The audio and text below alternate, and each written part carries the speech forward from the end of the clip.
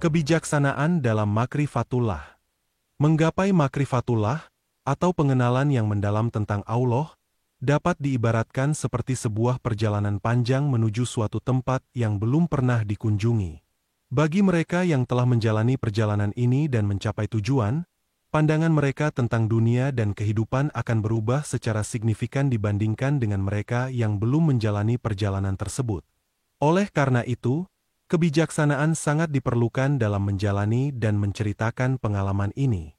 Bayangkan sebuah perjalanan mendaki gunung yang tinggi dan menantang. Seorang pendaki yang telah mencapai puncak akan memiliki pandangan yang luas dan indah yang tidak dapat dilihat oleh mereka yang masih berada di bawah. Mereka yang telah mencapai makrifatullah akan memiliki pandangan yang mendalam tentang kehidupan, hubungan dengan Tuhan, dan tujuan hidup yang jauh lebih jelas. Namun, seperti halnya mendaki gunung, perjalanan ini membutuhkan usaha, kesabaran, dan ketekunan. Saat menceritakan pengalaman spiritual tersebut kepada orang lain, sangat penting untuk berhati-hati. Pengalaman pribadi yang mendalam seringkali sulit dipahami oleh orang lain, terutama mereka yang belum pernah mengalami hal serupa. Misalnya, seorang pendaki gunung yang menceritakan keindahan pemandangan di puncak gunung kepada seseorang yang belum pernah mendaki mungkin akan sulit dimengerti. Oleh karena itu, diperlukan kebijaksanaan dalam berbagi pengalaman agar tidak menimbulkan kesalahpahaman. Pada akhirnya, makrifatullah bukan hanya tentang pengetahuan, tetapi juga tentang transformasi diri yang membawa seseorang lebih dekat kepada Tuhan. Ini adalah perjalanan yang penuh dengan refleksi, introspeksi, dan perubahan positif. Dengan kebijaksanaan dan kehati-hatian, pengalaman spiritual ini bisa menjadi sumber inspirasi dan pencerahan bagi orang lain.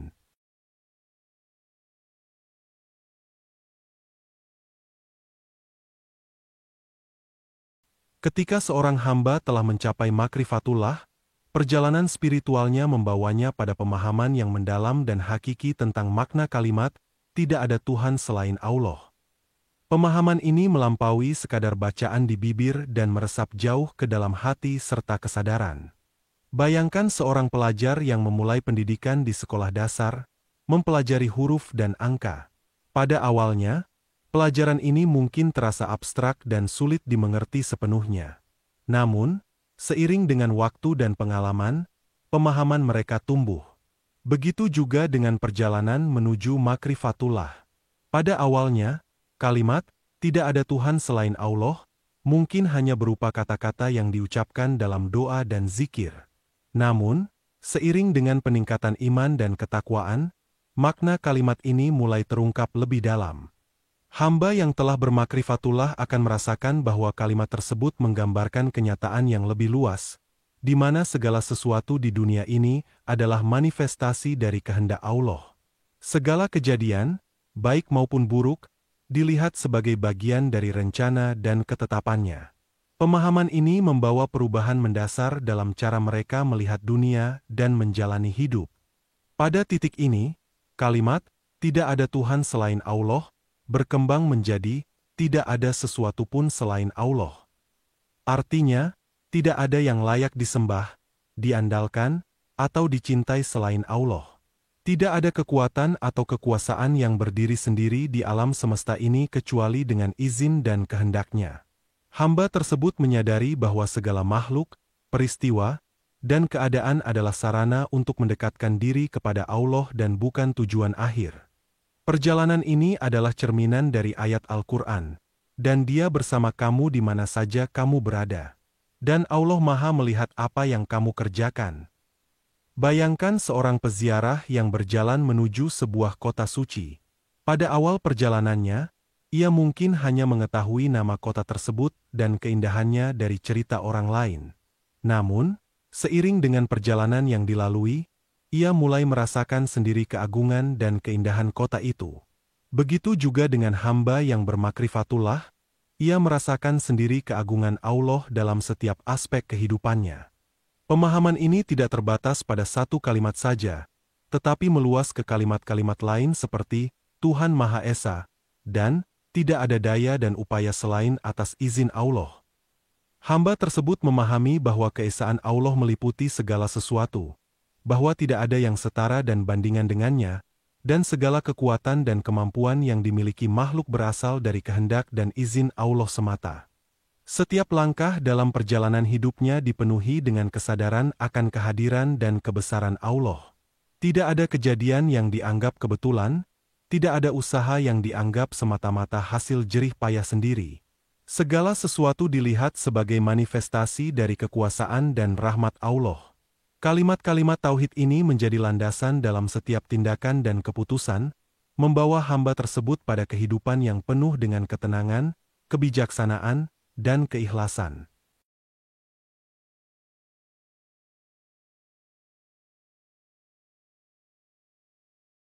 Ketika seorang hamba mencapai makrifatullah, perjalanan spiritualnya membuka mata hati dan pikirannya terhadap realitas yang lebih dalam dan luas. Dalam pandangan hamba tersebut, tidak ada yang salah dalam kehidupan, baik kejadian yang menyenangkan maupun yang menantang, karena semuanya adalah manifestasi dari kehendak Allah yang penuh hikmah. Bayangkan seorang seniman yang sedang melukis sebuah karya besar. Setiap goresan kuas dan warna yang dipilih mungkin tampak acak bagi orang yang melihatnya secara sekilas. Namun, sang seniman memiliki visi yang jelas tentang hasil akhir dari lukisannya. Begitu juga dengan kehidupan. Setiap kejadian, baik dan buruk, adalah bagian dari rencana Allah yang memiliki hikmah dan tujuan yang mendalam. Hamba yang telah bermakrifatullah melihat setiap kejadian sebagai kesempatan untuk belajar dan mendekatkan diri kepada Allah. Mereka memahami bahwa segala sesuatu yang terjadi, baik itu kebahagiaan atau kesedihan, adalah sarana untuk memperkuat iman dan ketakwaan. Dengan pemahaman ini, mereka tidak mudah menyalahkan orang lain atau keadaan. Sebaliknya, mereka lebih cenderung melihat ke dalam diri mereka sendiri dan merenungkan makna dan hikmah di balik setiap kejadian. Dalam setiap peristiwa, hamba ini mencari bahasa Allah, mencoba memahami pesan-pesan ilahi yang tersembunyi di balik kejadian tersebut. Mereka menganggap segala sesuatu sebagai pelajaran yang diberikan Allah untuk kebaikan diri mereka sendiri dan makhluk lainnya. Dengan sikap ini, mereka menjadi lebih bijaksana, sabar, dan penuh syukur.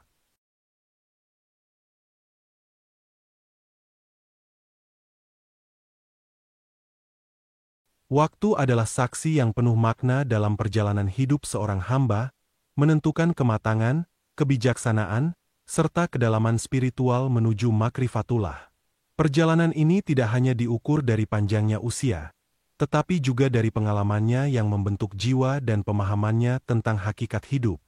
Dalam tradisi kenabian, kita melihat bahwa usia adalah penanda penting dalam perjalanan spiritual para nabi. Usia 25 tahun, seperti yang dialami oleh Nabi Yusuf saat pertama kali diangkat menjadi pejabat tinggi di Mesir, menunjukkan titik awal dari penerimaan tanggung jawab besar. Sementara itu, usia 40 tahun adalah usia di mana banyak nabi, termasuk Nabi Muhammad SAW, menerima wahyu pertama kali. Usia ini sering dianggap sebagai masa kematangan, di mana seseorang telah mengumpulkan cukup pengalaman hidup untuk memikul amanah besar dengan kebijaksanaan dan ketenangan hati. Allah memberikan hikmah dan kematangan melalui berbagai peristiwa dan ujian sepanjang perjalanan hidup seorang hamba. Setiap fase kehidupan membawa pelajaran yang berbeda, membentuk karakter dan memperkuat iman. Ini mengajarkan kita bahwa tidak ada satupun pengalaman yang sia-sia. Semuanya adalah bagian dari rencana Allah yang penuh hikmah. Pemilihan pemimpin yang bijaksana dan matang seringkali disarankan setelah mencapai usia 40 tahun. Pada usia ini, seseorang diharapkan telah mencapai keseimbangan antara semangat muda dan kebijaksanaan yang didapat dari pengalaman hidup. Seperti pepatah mengatakan, semakin tua semakin bijak, usia 40 tahun dianggap sebagai titik di mana seorang pemimpin bisa melihat dengan lebih jernih, bertindak dengan lebih hati-hati, dan memimpin dengan lebih adil. Setiap individu memang memiliki takdir dan perjalanan yang berbeda. Namun, hikmah dari setiap perjalanan adalah anugerah yang diberikan Allah untuk membimbing kita menuju pemahaman yang lebih dalam tentang diri kita sendiri dan tentang Tuhan. Dengan merenungkan setiap tahap dalam hidup kita, kita dapat menemukan makna dan pelajaran yang membawa kita lebih dekat kepada makrifatullah.